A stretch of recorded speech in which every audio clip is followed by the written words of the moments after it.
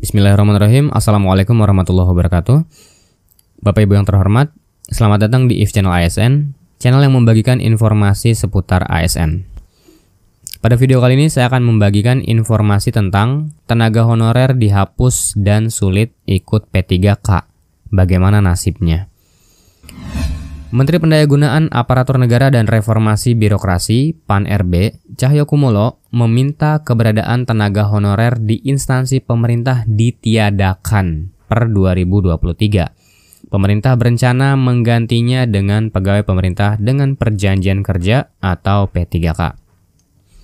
Kebijakan itu dikeluhkan tenaga honorer yang menyebut seleksi P3K sejauh ini belum bisa menarik seluruh golongan karena keterbatasan formasi. PLT Kepala Biro Hukum, Komunikasi dan Informasi Publik Kementerian PAN-RB, Muhammad Afirous, tidak membantah dugaan tersebut, sebab masih banyak instansi pemerintah yang belum maksimal mengajukan usulan formasi P3K. Jadi di sini formasi P3K yang tidak terpenuhi tidak sepenuhnya karena Menpan RB yang tidak merekrut P3K secara penuh. Namun ini juga disebabkan karena instansi pemerintah di beberapa daerah yang belum memaksimalkan dalam mengajukan usulan formasi P3K. Afirous menduga sejumlah kementerian atau lembaga maupun pemerintah daerah, Pemda, enggan menghitung analisis jabatan, ANJAP, dan analisis beban kerja, ABK, sesuai kebutuhan sebenarnya. Memang itu, usulan formasi belum optimal, karena gini, K atau L dan Pemda ini nggak maksimal ngusulinnya. Karena dia malas sekali ngitung ANJAP atau ABK-nya, yang baik sebenarnya kebutuhannya seperti apa. Ujarnya kepada liputan6.com Jumat 21 Januari 2022. Afirous pun meminta setiap instansi benar-benar menghitung kebutuhan formasi P3K sesuai kebutuhan, dengan tidak lupa terhadap tenaga honorer yang sudah lama bekerja di tempatnya. Kita akan dorong, misal kepada instansi pemerintah, kepada K atau L, kepada Pemda untuk mengusulkan kebutuhan-kebutuhan itu, kata dia. Secara general, Kementerian PAN-RB ingin mendorong kementerian atau lembaga untuk secara objektif, proporsional, dan komprehensif melakukan langkah-langkah penghitungan analisis perbaikan, analisis jabatan, analisis beban kerja, dan mengoptimalisasi usulan formasinya, supaya bisa mengakomodasi teman-teman tenaga honorer yang secara status belum jelas. Kita punya perspektif sama dalam konteks perbaikan kita. Kalau ASN-nya baik, pelayanan kepada masyarakatnya jadi makin lebih baik, pungkas Afirous. Baik Bapak Ibu, kita beralih ke berita selanjutnya. Infografis selamat tinggal tenaga honorer instansi pemerintah. Dari liputan6.com, tenaga honorer tak lama lagi tidak akan dijumpai di berbagai instansi pemerintah. Kementerian Pendayagunaan Aparatur Negara dan Reformasi Birokrasi atau PAN-RB memastikan penghapusan status tenaga honorer terhitung 2023. Status pegawai pemerintah di 2023 nanti hanya ada dua, yakni pegawai negeri sipil atau PNS dan pegawai pemerintah dengan perjanjian kerja atau P3K.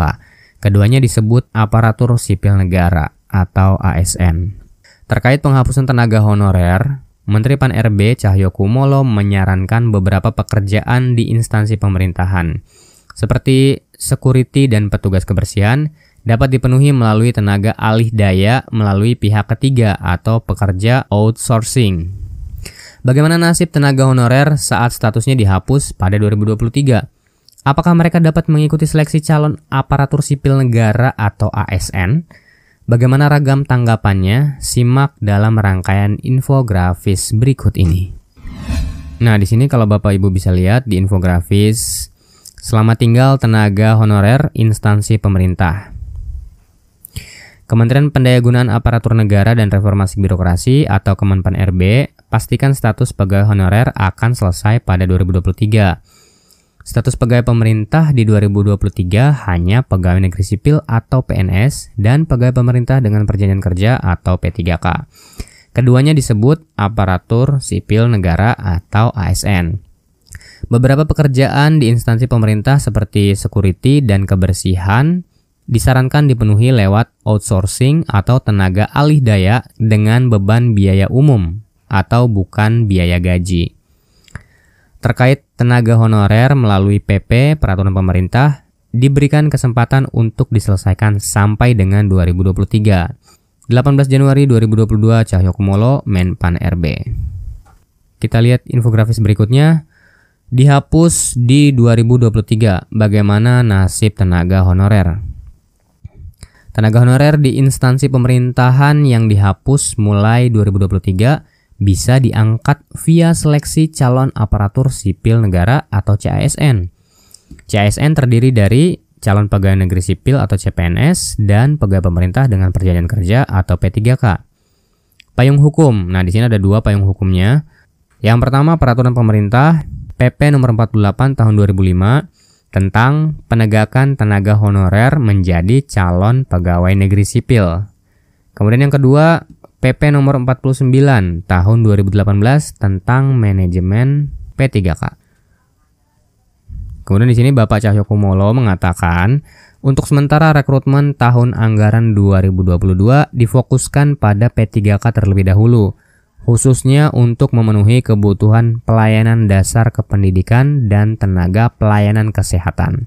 18 Januari 2022, Cahyokumolo, Menpan RB. Infografis yang terakhir, ragam tanggapan penghapusan tenaga honorer di 2023. Yang pertama ada dari Bapak Rahmat Handoyo, anggota Komisi 9 DPR. Terhadap yang tidak masuk P3K dan PNS, saya kira pemerintah memberi ruang ya untuk pekerjaan yang basic seperti cleaning service, security diberi kesempatan pekerjaan alih daya. 21 Januari 2022. Kemudian ada dari Ibu Titi Purmaningsih, Ketua Umum Perkumpulan Honorer K2 Indonesia. Ia diubah peraturannya agar seluruh honorer itu dapat ikut tes dulu. Dikasih kesempatan yang sama, jangan hanya guru saja. 19 Januari 2022. Selanjutnya ada dari Bapak Trubus Rahdiansyah, pengamat kebijakan publik. Saya anggap sebagai langkah yang jangka panjangnya akan menimbulkan masalah baru, sehingga pelayanan publik tidak tertangani. 21 Januari 2022. Dan terakhir ada dari Bapak Aris Wijayanto, Ketua Forum Honorer Sekolah Negeri FHSN Gunung Kidul. Kami meminta dalam seleksi P3K guru ini memprioritaskan guru honorer di sekolah negeri untuk menyelesaikan permasalahan honorer. 20 Januari 2022. Demikian Bapak Ibu informasi yang dapat saya sampaikan.